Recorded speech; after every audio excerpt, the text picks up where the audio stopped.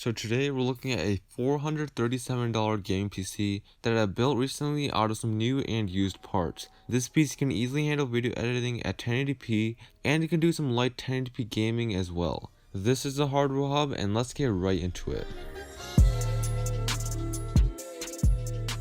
First, let's go over the parts that I chose for this PC.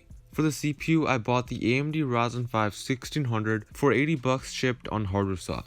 This is a huge upgrade over my previous i3 and it definitely shows when it comes to performance. It features 6 cores and 12 threads and I managed to overclock it to 3.9 GHz, which is quite nice. It handles everything that I throw at it, which is mostly 1080p video editing and gaming.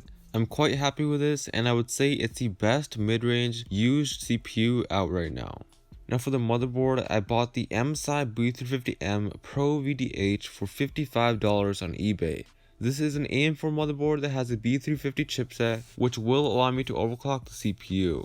It also has 4 RAM slots, which I really wanted, so I can upgrade my RAM easily in the future.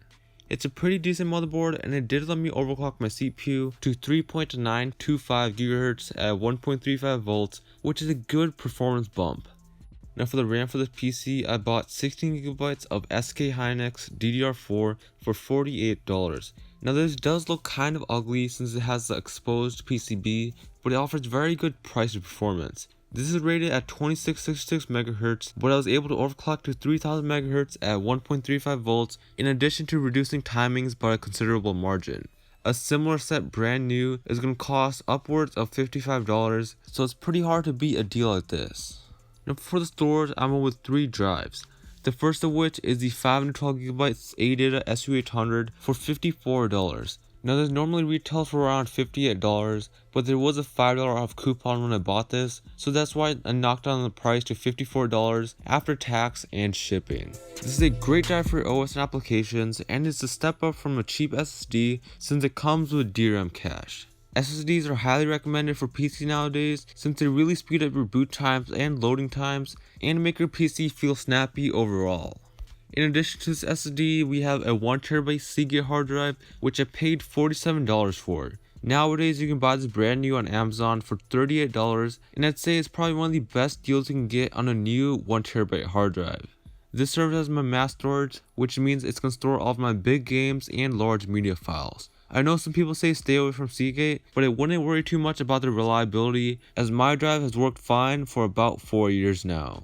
Now the third drive I have in this PC is a 320GB Hitachi hard drive which I got for free. I took this out of an old laptop that is broken and to my surprise it actually worked. Honestly, I don't really need this. I sort of only have this just because, I have it.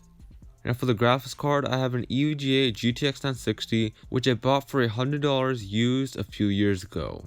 Now if you're building a similar PC to this, I would recommend that you go with the RX 570 because on the used market on eBay, these RX 570s will cost about the same as the GTX 960, but they will offer significantly better performance. But if you really like Nvidia and you want a GTX 960, you can pick one of these up for $75 to $80 on eBay.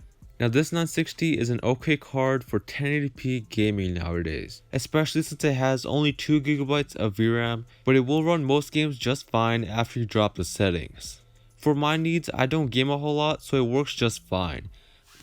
For the case, I have the Thermaltake Versa H21, which I bought for $32. Now this is an absolutely feature-filled case at a low price. It has a ton of drive bays which I like and has support for full ATX motherboards.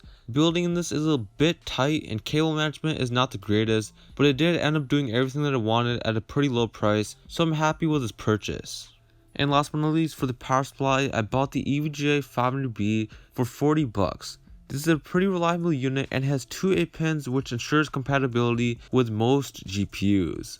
Power supplies nowadays are actually more expensive than a few years ago when I built my PC originally, so I'd expect that you pay more than this than I did even though I bought it brand new.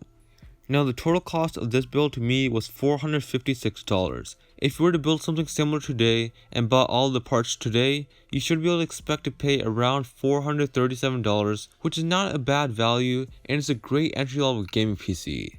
Now let's get to the benchmarks, which I'm sure you're excited for. I'm going to be showing you the overclock results and the stock results for all of these benchmarks. The overclocked frequencies and voltages are on screen right now, so you can pause the video and take a look if you're curious.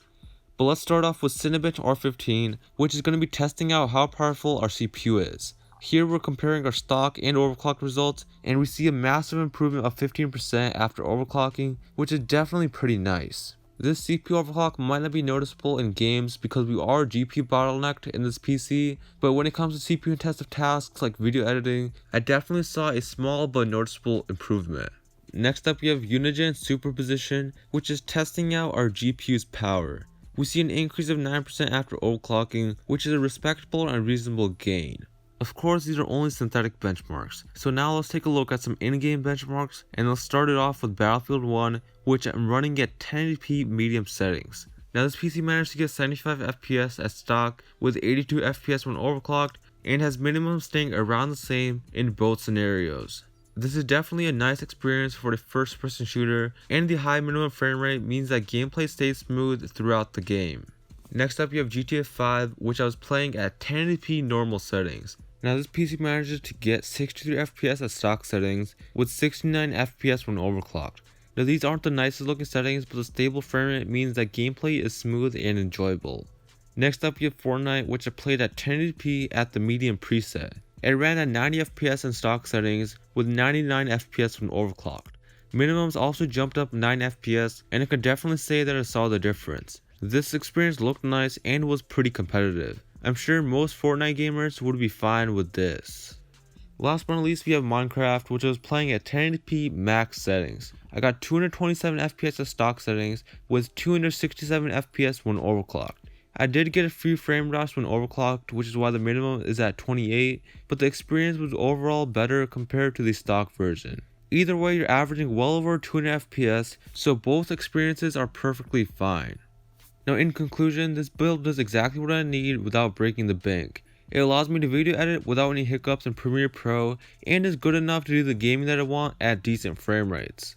Would I recommend this PC to others? Well yes, but with one caveat, which is changing the GPU to a used RX 570, which offers better performance than the 960 at the same or even lower price.